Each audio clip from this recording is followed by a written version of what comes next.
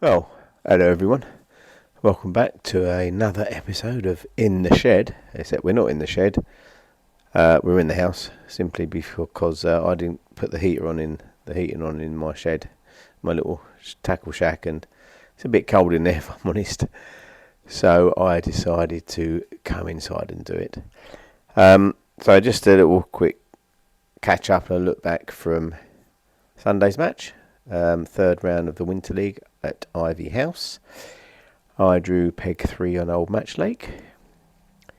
Not the peg I wanted, if I'm honest, but I'm not blaming the peg, blaming the angler.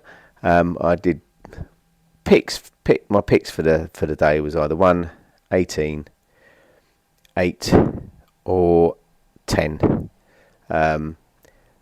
Simply because peg 1 you've got a nice long bank to your left and some open water to your right. Peg 18 you've the opposite peg where you've got a long bank to your right and open water to your left.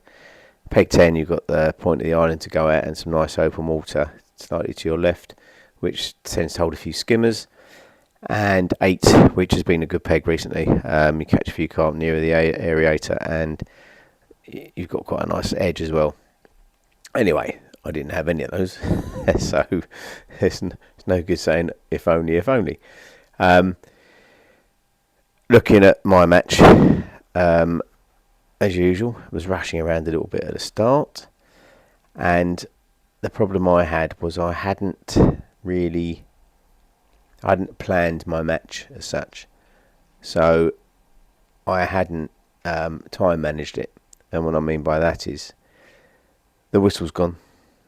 I've gone straight out on bomb and bread because I was rushing a bit. And in my head I was hoping for a quick pull round. But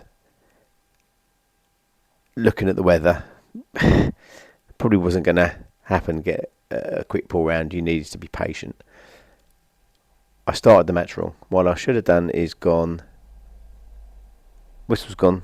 I should have put I'd mixed up some nice skimmers dark.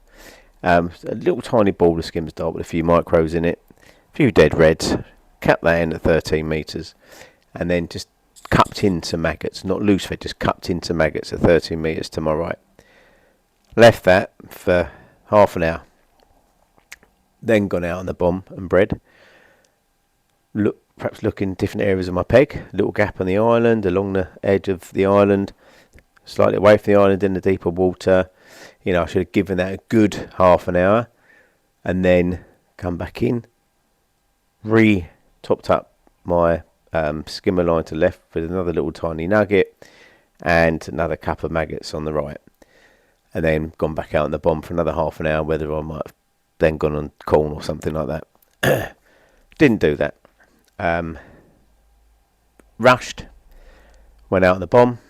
10 minutes. Nope. I've got to feed my lines. Bring that in. Fed my lines. Threw the bomb half-heartedly out there again. Within 10 minutes I was off it. Straight onto the skimmer line. Caught an F1. Couple of skimmers quick. Then it completely died. Moved lines. Fed slightly to my left. Straight on it. Nicked a couple of skimmers. Dead. Then I was pinging maggots on my other 13 metre line where I should have cupped. And went on that. Caught micro roach. So I sacked that off. Went back out on the bomb. But again for 15-20 minutes. Just didn't time manage my pegs at all. And looking back, I don't know what I should have done. I should have whistle's gone, put in my little nuggets, as I said before, fed those 2 lines, but cupped in, fished a good hour on that bomb, let my skimmer line settle, then go on it, and I think I would have probably caught £5 the way I was fishing. And I think I could have doubled that quite easily had I have let my line settle and let the fish settle a bit more. The other thing I did wrong was loose feeding. All that did was bring tiny little scatty roach into the peg. I think had I just cupped in, would have not brought so many little fish into the peg, and fishing a 4x10 strung rig. All that was happening was flicking that out there, and I was getting these things hanging on before it even settled. So I did go into a heavier bolt rig, and I caught probably a 4 ounce roach. But then, of course, I look up and I see Louise catch a carp. Looked bigger than it was, to be fair. I then heard that Peg 8 had had a carp. I heard that Peg 10 had had a carp, and then Peg 5 to my right had one. Now that looked about £8. So then, of course, your head's gone. Then you're thinking, right, well, I've got to catch a carp, but I didn't fish for carp properly. This is where I went wrong again. I was flipping about too much, going out on my skimming line, trying to nick a couple of fish, which didn't happen. Then chucking my bomb out. I was just all over the place. I didn't fish one area of my peg properly for a good amount of time.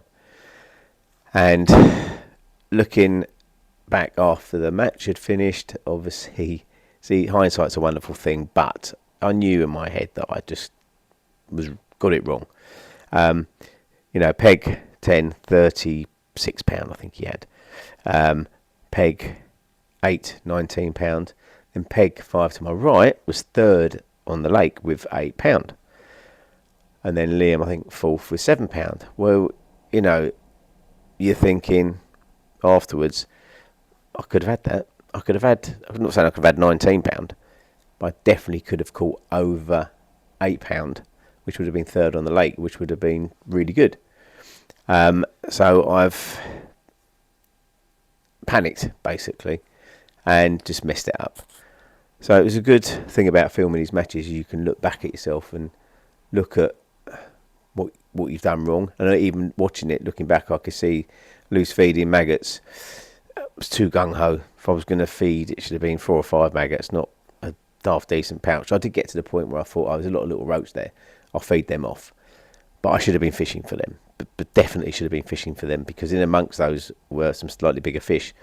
Now, I've caught £5 for not fishing it properly.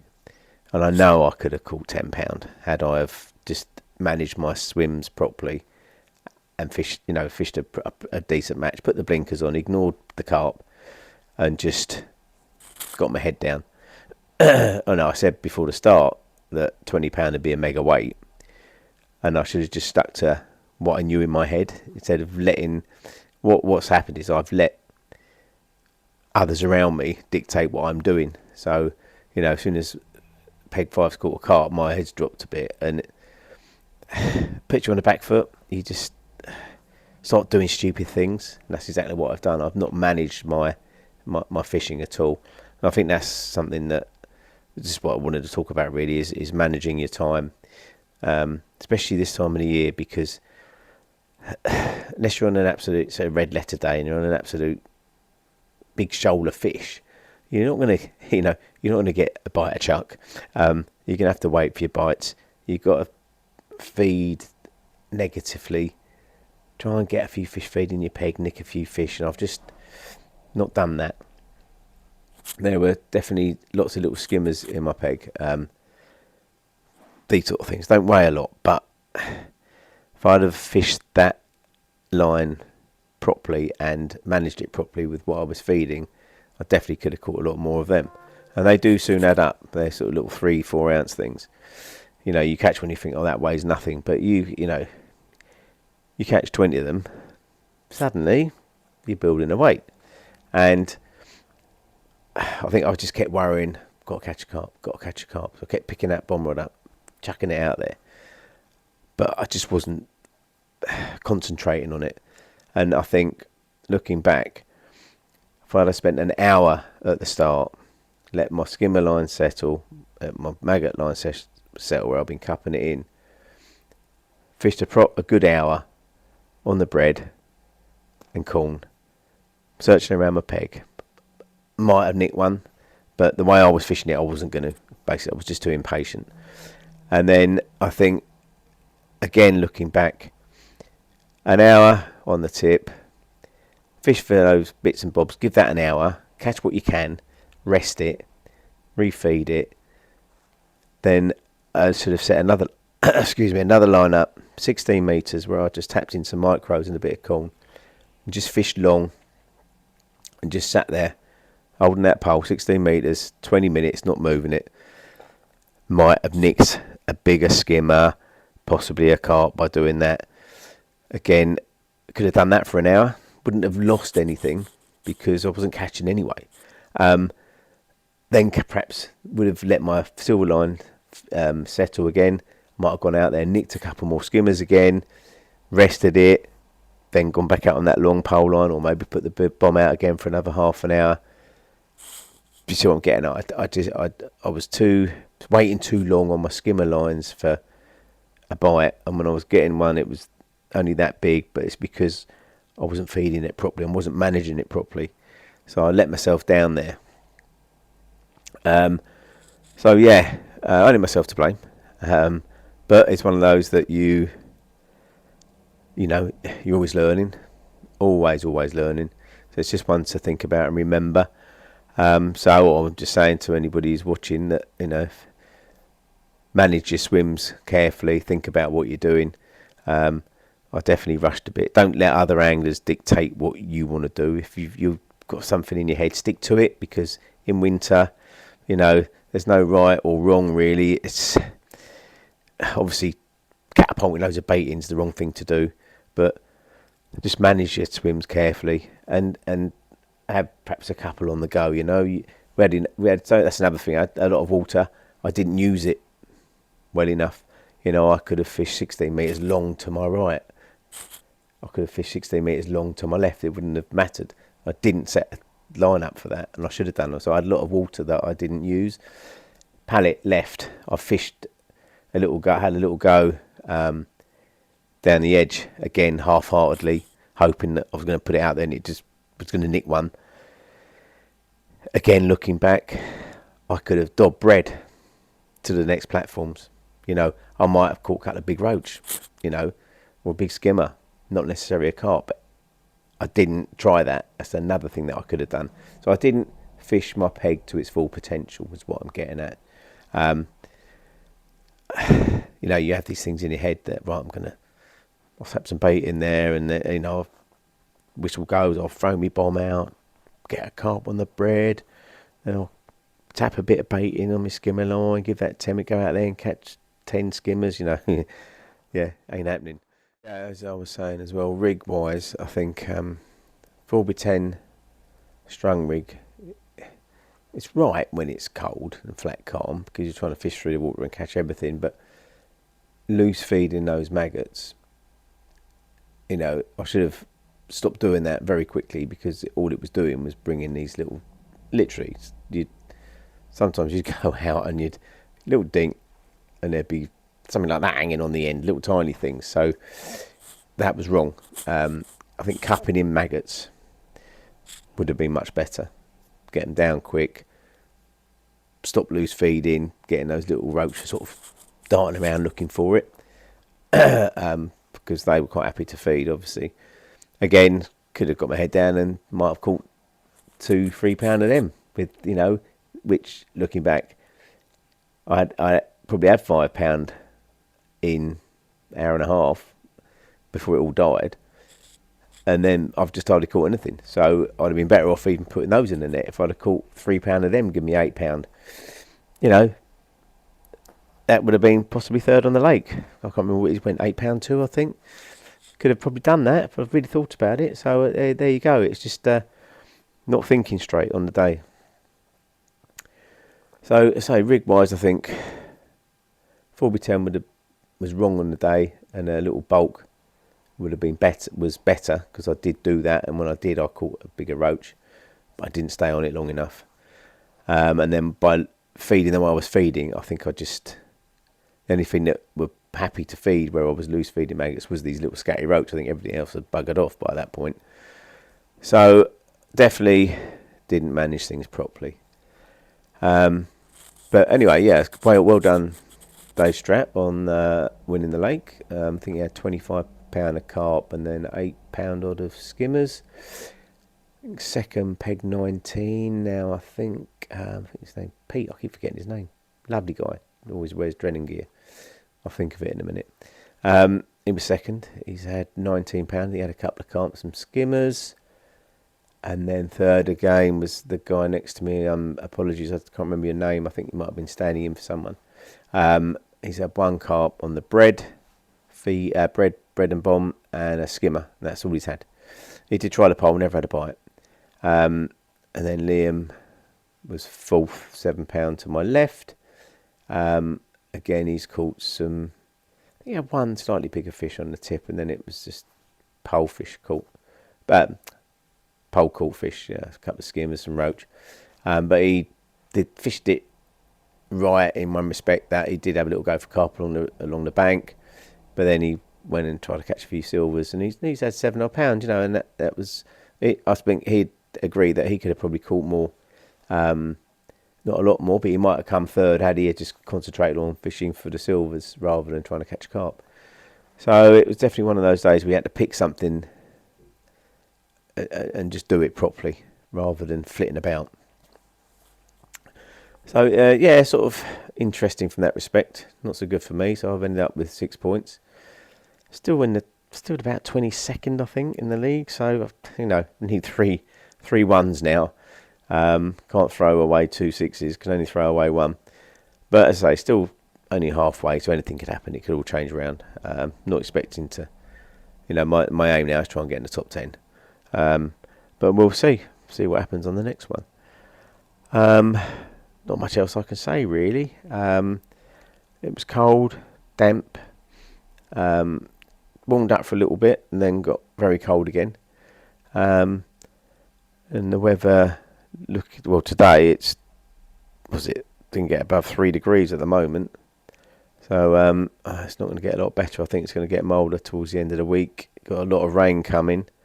I won't be out this week. I'm on my long week again. Hopefully Tuesday I'll get out, and then again for the Winter League on the Sunday, where I am on the Heron. So we'll keep an eye on the weather for that one. So yeah, I think that's probably about it really. As I say, same old thing that I say on this channel. I'm not obviously definitely not teaching anybody how to fish.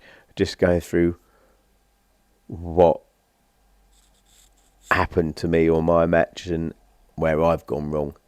I definitely went wrong. But then saying that as well, I will say that I think our end of the lake, Louise has caught nothing. Just one fish, I think, the one carp. I think next door had £6.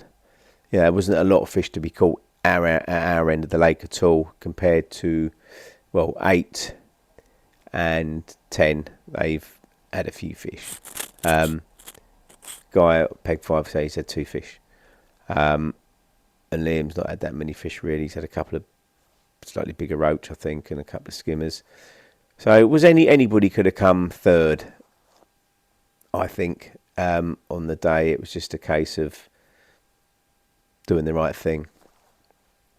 I think Louise fished feeder and pole along the bank for most of the match. But, fair play. That's probably the right thing to do because you only need to get one more bite. Could have been a 10-pounder, and that was it.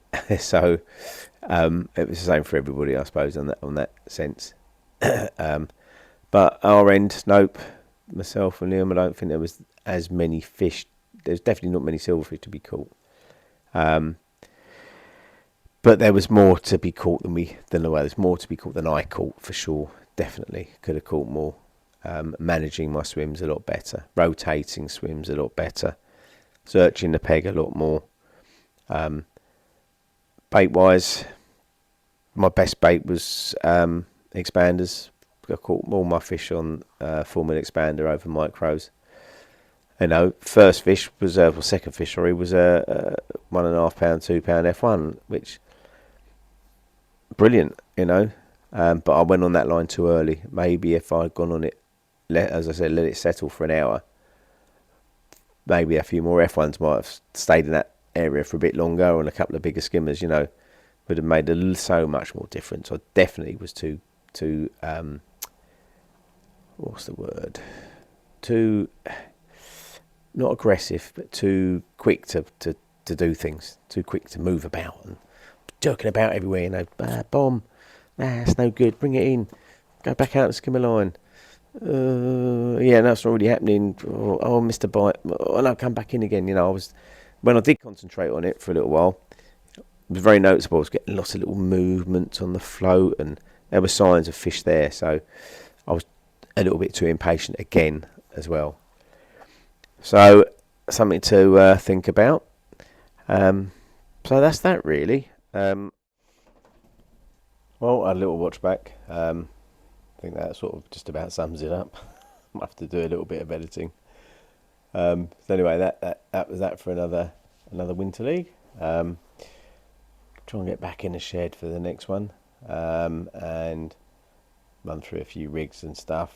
I'll do a bit for when I'm getting prepped for Heron.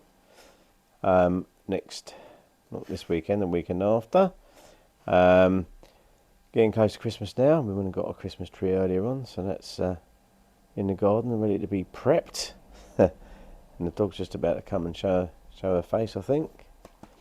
And she'll be wanting to go for a WALK shortly, I suppose. We got a quiz tonight down the local pub, so I need to get myself sorted up, ready for that. And not about fishing now, it's about the film Elf. Excuse me. So Elf, isn't it? Hey, Molly. So yeah, that's it for another episode of In the Shed, or in the house in this case. As I say, well done everybody at the weekend, and just quickly what I think about it. Just to go through the other lakes quick. Well done, Jason. He won off peg 46 or 44. Peg I had, funny enough. He has caught 46 pound odd. Feeding little balls of ground bait and expander on the hook, I think he said. Expander will make us on the hook, so well done to him. Chris Telling on winning Moorhen. He's caught a couple of dobbing bread, I think, earlier on. He's done his own little video, actually. I can't remember what he caught on, but he's won that lake. Well done. And I can't remember who won Willow. Can't remember. I'll have to look at the sheet. Again, that's another lake that I'm on that one, on the last one, so anything could happen on that. That could be another nightmare, because a lot of big carp in that lake, a lot of skimmers in that lake as well, but anything could happen. Anything could happen on that. But the same for people that are winning the league, though, could quite easily get turned over by drawing an iffy peg on one of those lakes, and suddenly you've gone from, having 1 point to suddenly getting 7 or 8 points. Very easy. Happens to the the best anglers in the league for sure. But it's winter fishing for you. It's nothing you can do. If you're not sitting on a few fish, it's sometimes very hard to get a result from some of the pegs. If fish don't want to be in a peg, then you're just not going to catch, unfortunately. Look around the country and the way it's fished, you see some big name anglers blanking, and there ain't nothing in that peg if they blanked. So it happens to the best. Okay. I will sign off now, and I'll give you I'll do another one in next week when I'm getting prepped up for Heron. Run through a few rigs on that when we know what the weather's doing, if anybody's interested, that is, and we'll go from there. Right, have a good week and good luck if you're out, everyone. Tight lines for now. Cheerio.